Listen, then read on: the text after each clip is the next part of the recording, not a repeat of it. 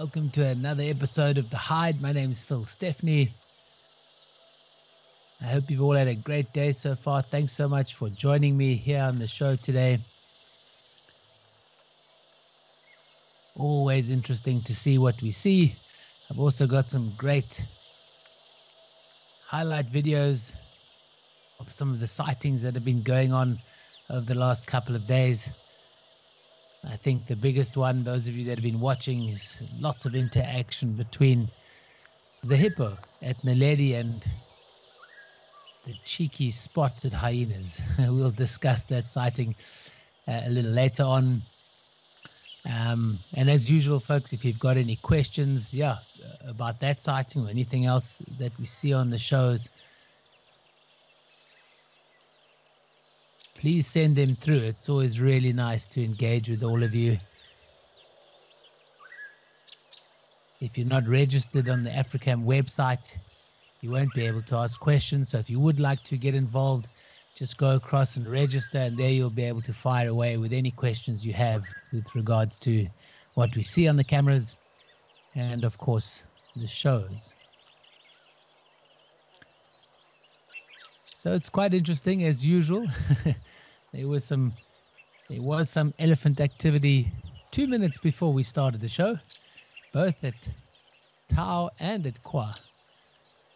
But they decided to walk right past the water. I'm sure they could come back. We'll keep an eye on the live cameras, of course, as usual.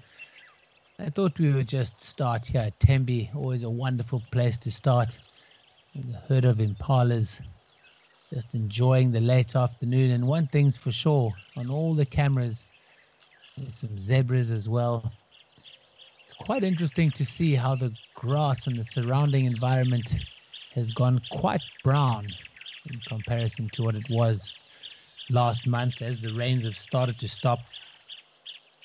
Winter slowly sneaks in. There's some wonderful snapshots taken of early morning mist in various areas. That's often an indicator of the cold air sinking down, meeting the warmer earth. Often how these early winter mornings are. It seems that everyone enjoyed the birding show yesterday on Point. Really nice to discuss birds. It's a wonderful thing, birding. There's a woolly-necked stork in the background. Funny, I haven't seen those for a little while. And some of you were asking whether we're going to put that show up as a recording. As soon as it's up, or the answer is yes, as soon as it's up, we'll let you know. Those of you that missed either the whole show or some of it. And I guess we could probably do another show at some point on birds, as it's a very large, wonderful topic.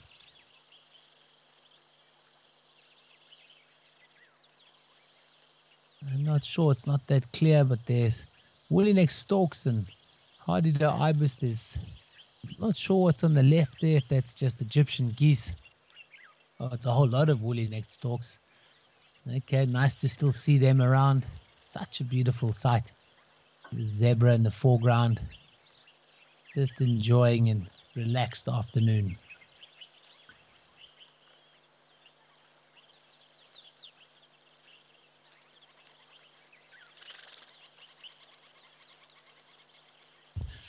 Margaret, how are you doing? Welcome to the show. Yeah, it's an interesting question here about the hippo and the hyenas. Maybe let's go across to Naledi Dam. I just want to have a look and see what's going on there while we discuss that question. I do have a video as well, but let's go across to Naledi.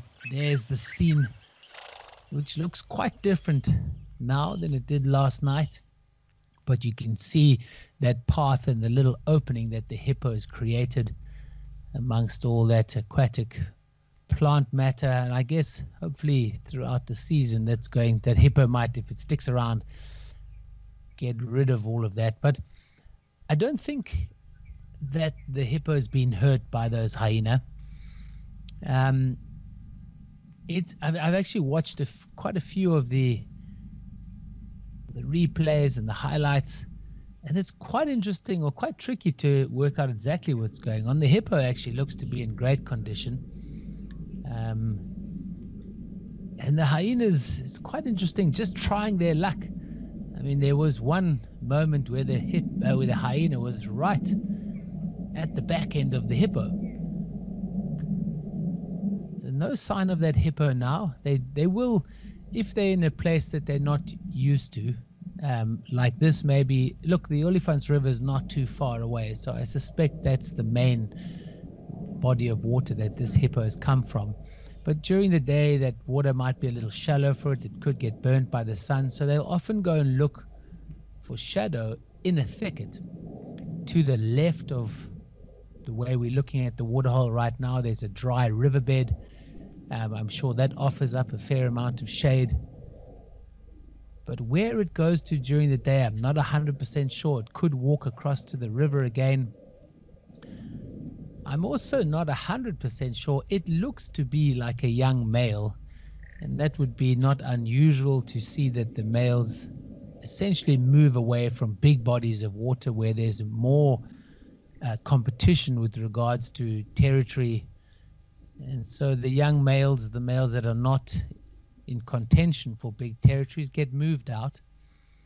But I'm definitely toying with the idea that, and possibly even leaning more towards this theory, is that it might actually be a pregnant female. If I look at her body carefully, we'll see it just now. She's got a very large belly. Look, they've got large bellies to start with anyway.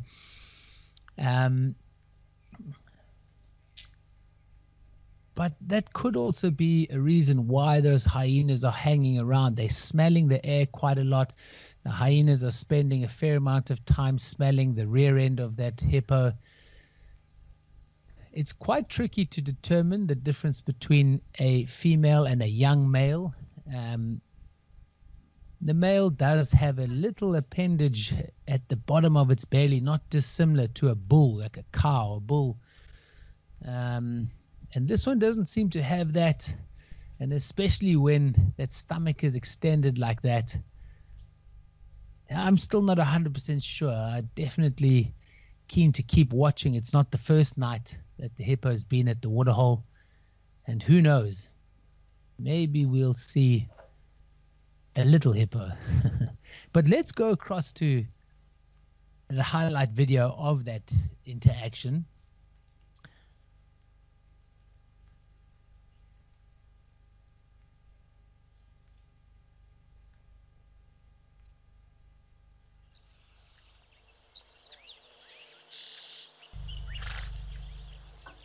So here it is. This fascinating hippo having a drink, number one, but that hyena coming in from the right-hand side. Remember, it's completely dark. So for both of these animals, they're relying heavily on the sense of sight.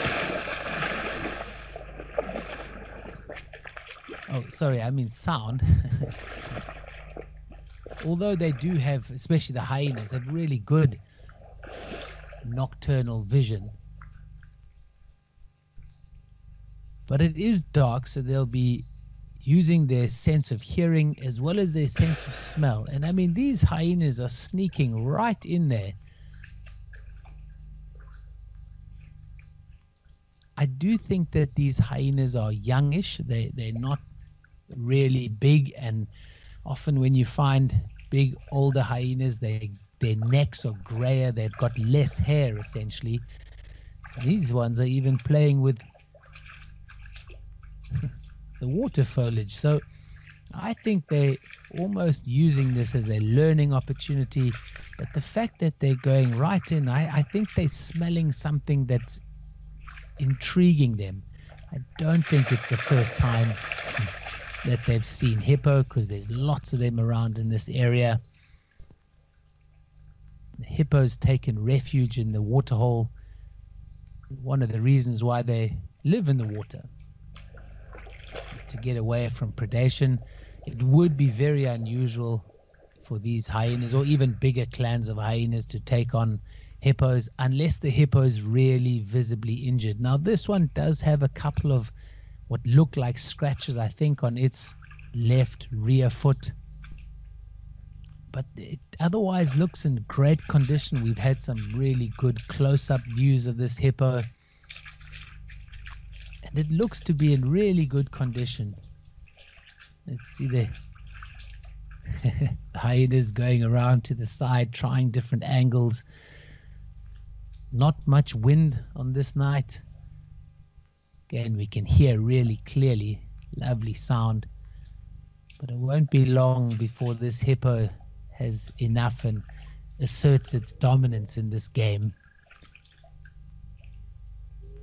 But the way these hyenas are behaving is actually a really good example of how they work out different opportunities. Let's have a watch here. See the hippo slowly giving small charges forward.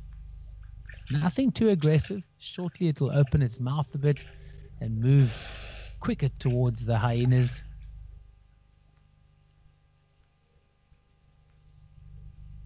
It's quite funny to see them get a bit of a fright.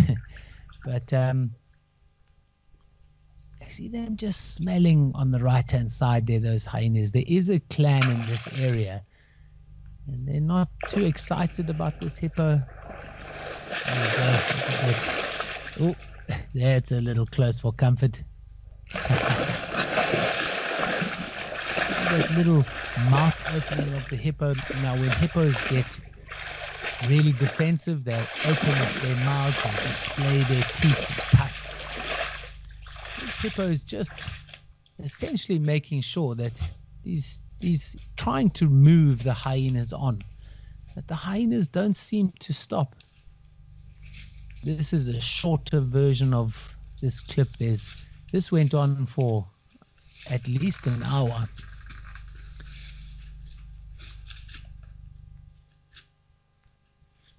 See, even watching the hippo walking, it's not limping, it's not dragging its legs.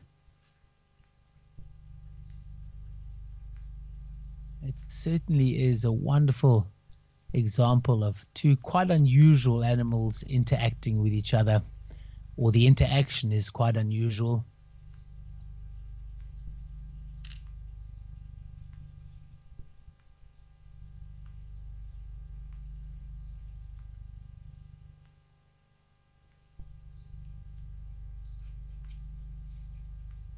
Yeah, interesting observation there, Margaret, that it keeps going back for a drink and resting its head on the water tank, on the reservoir.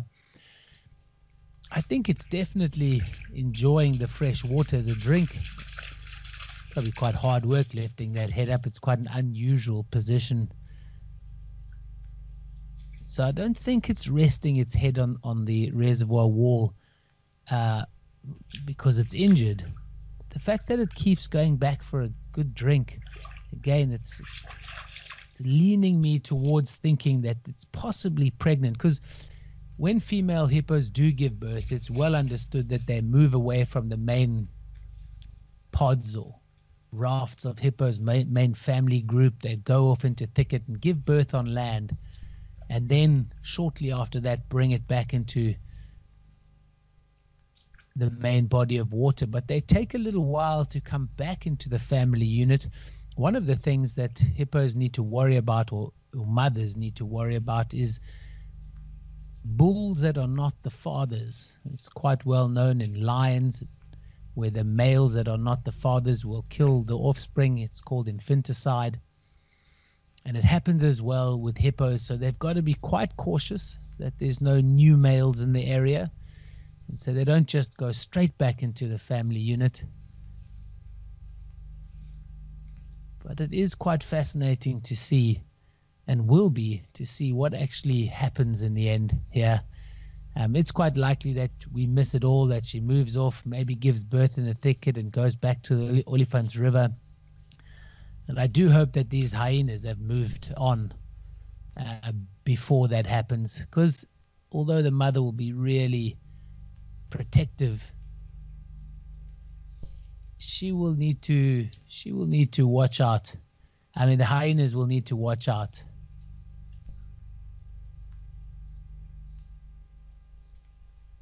For the mother. but really fascinating. I definitely think it's something to keep watching, because you don't know what might develop there. Um, we may miss it all, but I tell you, to watch that sort of thing, I've never seen it before. Again, it's just another wonderful example of what we get to see on these cameras. Those hyenas, they better watch out. If that hippo catches it, could be the end of them. Anyway, we'll move on to the next sighting that I thought was quite nice to have. There was a lioness at Tembe. Keep watching this evening. Those of you that have time, maybe there's episode 2 of the hyena and the hippo. This is a wonderful clip of a quite relaxed lioness causing a bit of chaos at Tembe. Listen to the alarm calls of the impala.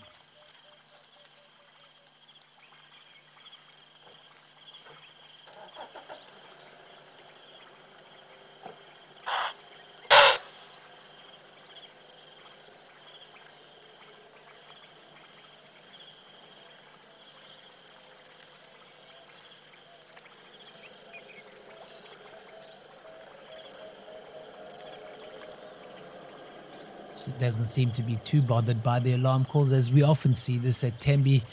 Lions, when they come down for a drink here, they're often already well fed. This one's no different, but the impalas are certainly not happy with the presence of this lion.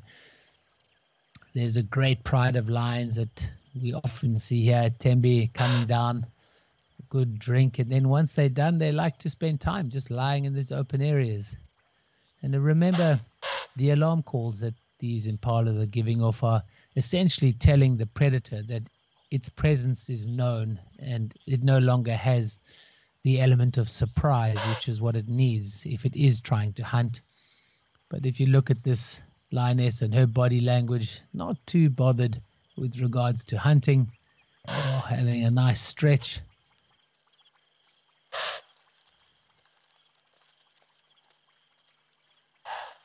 Margaret, you say you stayed up watching the hippo and hyena interaction with your cat. Leo, I wonder what Leo thinks of this lioness.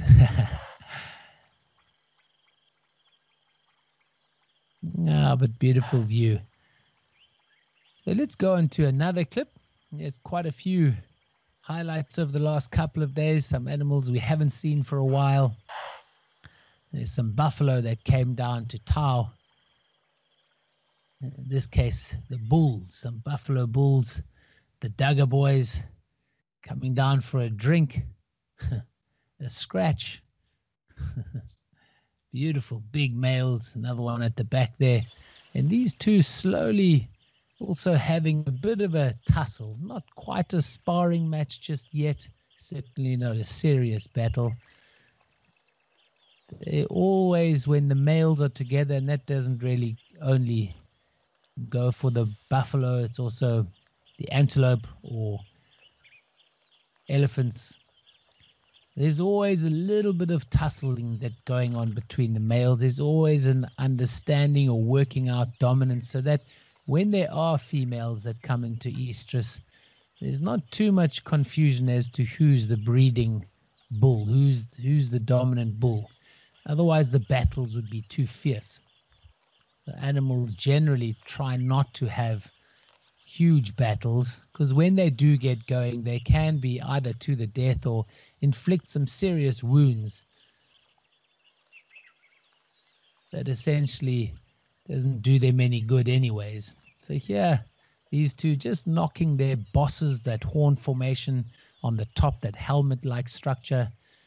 That's what they called. It's called the boss of the buffalo, and that's why they have them. They knock each other and they lock horns, and then it's a battle between the strength of the individuals by pushing each other.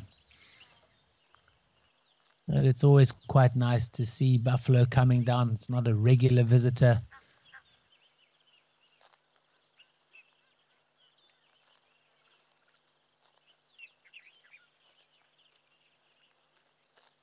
Talking about non-regular visitors, the next clip may not be everybody's favorite, but it is quite an interesting animal.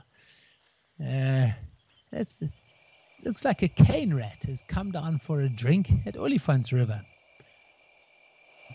Tell you what, giant eagle owl will make a good meal of that. But it is quite an unusual sighting. We don't often see these smaller animals coming down. Certainly not a cane rat. I hope it's a little bit cuter to look at than finding a big grey rat in your kitchen. It's more like a hamster or guinea pig. But it does need to watch out. It's quite interesting that it's right out on one of the open sandbars. It needs to watch out for owls, I would say would be its biggest worry. But just another interesting and unusual sighting, this time from Olifants. And one of our shows, the first On Point show, we spoke about the animals that we have to worry about with regards to all of our equipment. In this case, a dormouse seems to be trying to look for nesting opportunity in the speaker.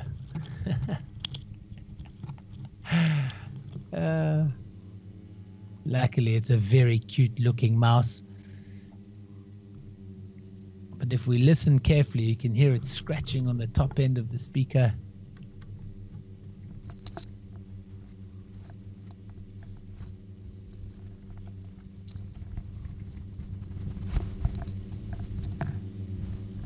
Not a sound you want to hear coming from your pantry.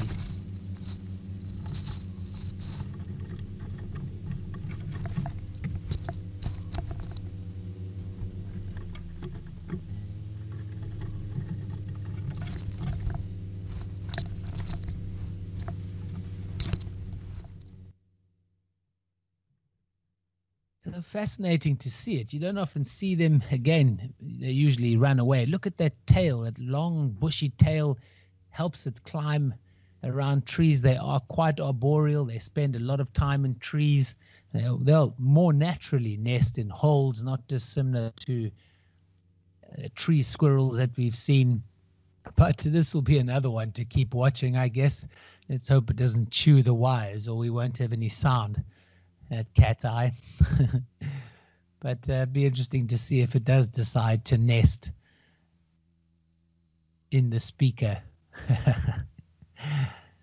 Naughty little fellow.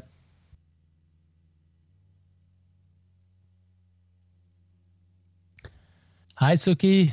How are you doing? Leo and Margaret.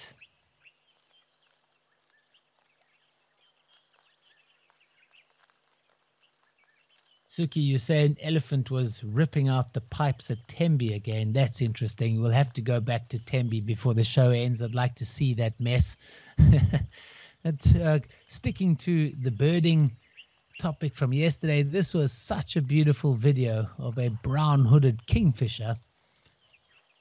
We normally, or in the summer, enjoy the woodlands kingfisher, but this is a really nice image of this brown-hooded kingfisher. But what's really quite spectacular is its plumage is absolutely perfect. I suspect it's a male who's maybe trying to attract a mate. You don't often see that clear brown striping on its chest. Really dark head and white eyebrows. A very fine specimen indeed, sitting out there perched, hoping for a meal. And what's quite interesting is that the brown-hooded kingfisher is one of the kingfishers that spends most of its time in woodlands. So the kingfishers, as there are a fair amount of them, they've actually split up the competition between waterways and woodlands. This is one that'll spend time in the broadleaf woodland looking for insects. Obviously, here it's come down to the waterhole, maybe initially for a drink, but definitely won't miss the opportunity for a flying insect over the water. They will also go for fish as well as tadpoles, maybe small frogs. Quite a wide menu. But I thought this was just a beautiful A beautiful clip of a brown-hooded kingfisher, especially as people enjoyed the birding yesterday. Here's another little sighting.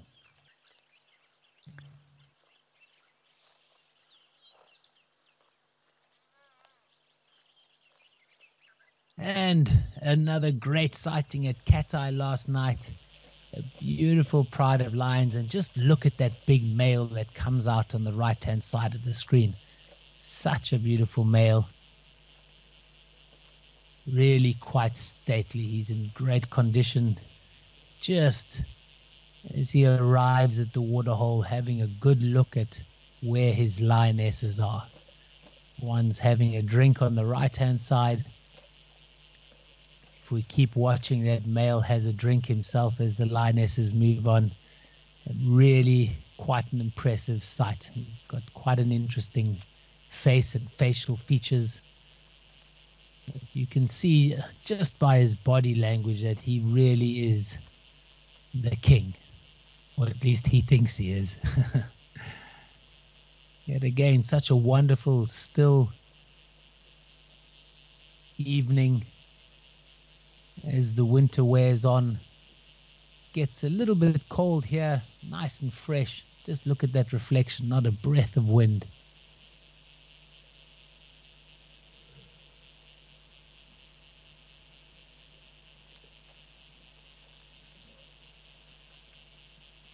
There he comes down for a drink.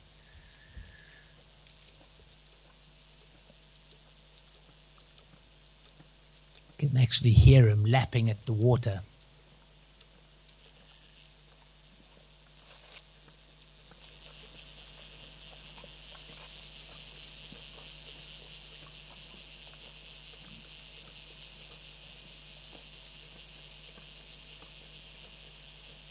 Just look at his face, absolutely covered in battle scars. Not very big ones, but he's definitely been in a couple of fights.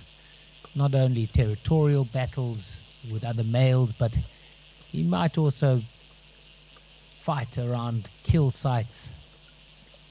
There are quite a few numbers in this pride. There's actually 3 males that move together. And if they catch something small, there'll be a fair amount of fighting for the lion's share. But this fellow just looks like in perfect condition. I would say he's maybe about 7 years old, 6 to 7, essentially in its prime. Very dark mane. Really nice to see male lions coming down to the waterholes. They spend a lot more time covering huge distances. You see, they can't stick around in one territory like the prides and the lionesses do. Well, they could do, but they'd miss out on other prides and other territories. So they like to cover as much ground as possible. And obviously, if 3 of them are walking around together, that can be quite large. So because they cover so much more ground, that's why we don't often get to see them, or not as often as we see these lionesses. And here, just another beautiful, clear view of this lioness cleaning herself. What an absolute privilege.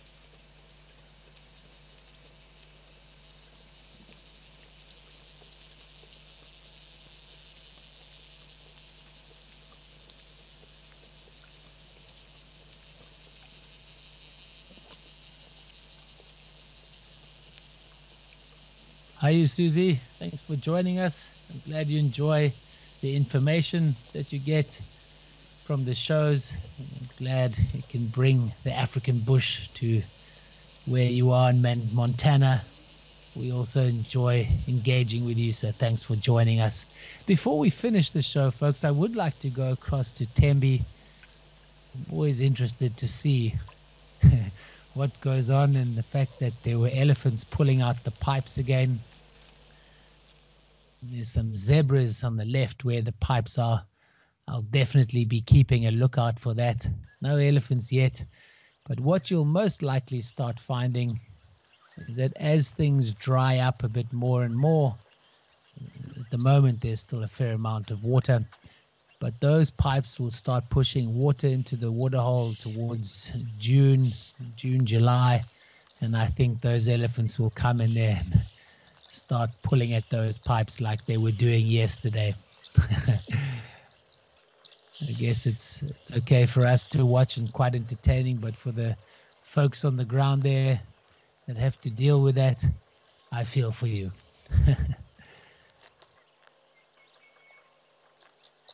Folks, we've come to the end of today's show.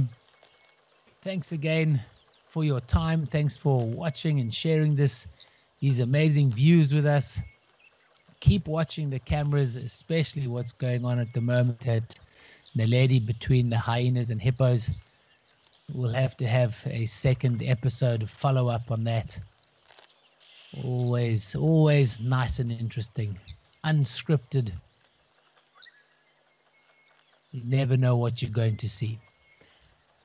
Folks, have a wonderful weekend, and we'll catch up with you next week for some more beautiful sightings. Have a great day further, folks.